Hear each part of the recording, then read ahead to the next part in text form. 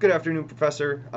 For my speech, I wrote everything down in a Word document that I will be sending along with this video, and that is what I used in place of my 3x5 cards. I don't have any of my 3x5 cards, and I'm treating this more as a Zoom meeting. Um, I couldn't find. I don't have friends. No, I'm kidding. I appreciate you letting me do this. All right. Thank you for responding to the email, everybody, and attending this Zoom meeting. I'm going to ask that everybody hold their questions to the end, just so that we can get a clear and concise presentation out. Also, we will be going over your hidden bias test results at the end of this. Just hold on to them, and we will talk about all of that at the conclusion of this meeting. Okay, I'm sure everybody here has a general definition of what a bias is, but in order to make sure that we're all drinking from the same glass here, I want to go ahead and define it by the book. So it is a prejudice in favor of or against one thing, person, or group compared with another, usually in a way that is considered unfair. Typically, biases are going to develop at an early age. Studies have shown us that as early as 3 is when we can start to get those biases. They start to emerge as we go through childhood. Let's think elementary, middle school, high school, and they'll develop obviously as we get into our adult life.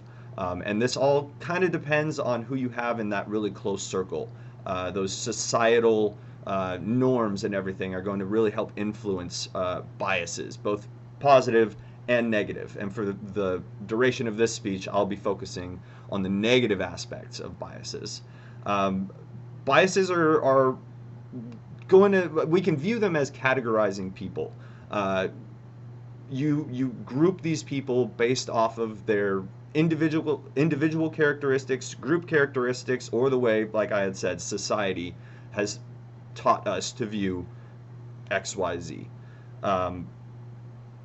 You start to develop these positive attitudes towards who we'll call the in-group, which is that close-knit circle that you hold on to, and you start to have these negative feelings or negative attitudes towards what we'll call the out-group, which, defining an out-group, it could be almost anything, but generally you're going to look at things like race, you're going to look at things like ethnicity, religion, sex.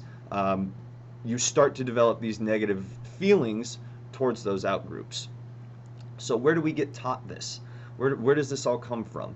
Again, I'm going to hit hard on societal norms, and that's societal norms is going to be through the media, through culture, through it's kind of a cacophony of different things that can have an influence on, pardon me, on our biases. And we'll go ahead and look at later on how we go ahead and check those biases. But parents and guardians, religious figures, your friends, in general, like I said, those who you closest associate with are going to be where you can get some of those biases formed. Once you learn them, they're hard to kick. It's one of those things that sticks with you for a long time, even as you find evidence that points to the contrary, or you have a lack of evidence that supports your initial bias. Once they're formed, they are hard to kick, but again, we're going to try and look at some ways that we can check ourselves and really try and live a better or a more inclusive existence. So biases, what are they the foundation of? What are some of these actions that I'm talking about that we can see? I'm going to focus on 3 in particular, something that everybody should probably be generally familiar with: stereotypes, prejudices, and discrimination. Again, we're all going to have kind of a general understanding of what these words mean, but I'm going to go ahead and give us some book definitions just so that we can make sure that we're absolutely clear. So we'll start with stereotype: an exaggerated belief, image, or distorted truth about a person or group. Like I had said earlier, these can be positive and negative. We'll focus on the negative for the for this speech in particular. One of the ways that stereotypes can come through is that they can be, said. Obviously, there's that outward action that you can lean into, or there's also omission. One of the things that I found interesting is portraying, like in the media, an all-white society that generally is what we see, and that omits a huge percentage of what America actually is. So omission can also be a type of stereotype, even when you're not trying to overtly say somebody is let's use, for example, the there was a recent study that showed that African American teens uh, are aware of the stereotype against them that they are intellectually inferior. So having something like that, we could start to picture what it would do to us if we went into a school setting thinking that we were already viewed as intellectually or dumber than our classmates. That would immensely affect not only the phases of forming a group or getting a group together, but also that group cohesion. So let's move on to prejudices. Prejudice is an opinion, prejudgment, or attitude about a group or its individual members. This is a complex psychological process, and again, it starts with that attachment to the in-group and that negative association to our out-groups. So a way you can kind of think of this one is someone thinking that all Muslims are terrorists. That's a good example and one that we can see in today's society that is prevalent, especially with all the recent happenings with the war and all of that. That's probably going to be your most common example right there that I could think of. And lastly, that leads to discrimination, which is an actual behavior that treats people unequally because of their membership to a certain group. And this begins with some sort of negative prejudice or stereotype. It can range from slights, so saying certain things about an individual's creed or religion or whatever or what have you, and actually manifest into hate crimes. So those actual actions, those physical actions of hate towards somebody who is different than us. We're starting to see some social scientists are seeing how hidden biases are leading to more discriminatory behavior in a wide variety of human actions. So from hiring people to picking schools to picking a house, a lot of these hidden biases, or ones that we're not acknowledging, are affecting actual day-to-day lifestyle now. So how do all of these things affect our group cohesion or our group development to even start? When we're ostracizing people based off of our biases, whether it be unconscious or conscious, that's going to greatly affect the way in which we are able to work with our fellow human.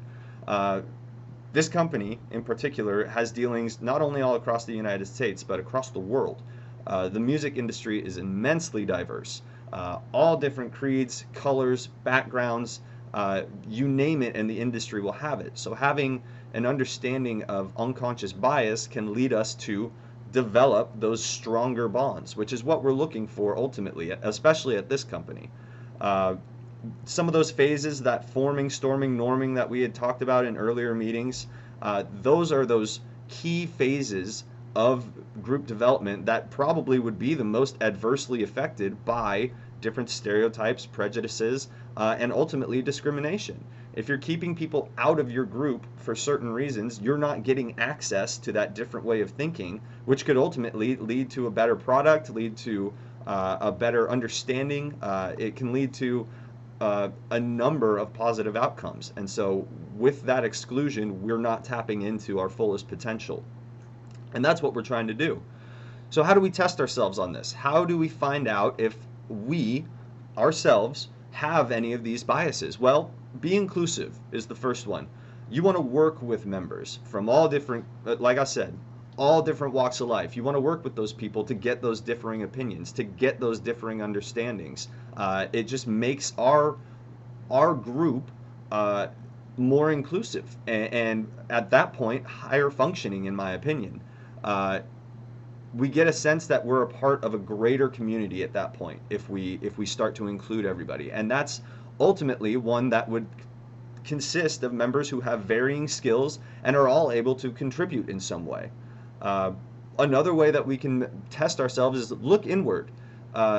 Common sense will tell you, but research has also shown that changing your behavior can modify your beliefs and attitudes. We want to make an effort to live that egalitarian type of life, i.e. everybody is equal. That's the definition of that word. I apologize. You want to widen your circle. Don't take the easy way out and say, it's not me, I'm not the one who has, X, Y, Z. You want to search where some of those biases come from, what they mean, and what you can do to change them. Well, how do I search for my unconscious bias? I'm glad you asked. because you can utilize your resources. One thing that I found is the implicit association tests, like the one that I just had you take. What that's going to do, it's going to help you identify certain biases that you may not have known that you have. Project Implicit, which is a coalition of a bunch of different prestigious universities, University of Washington, Harvard, just to name a couple.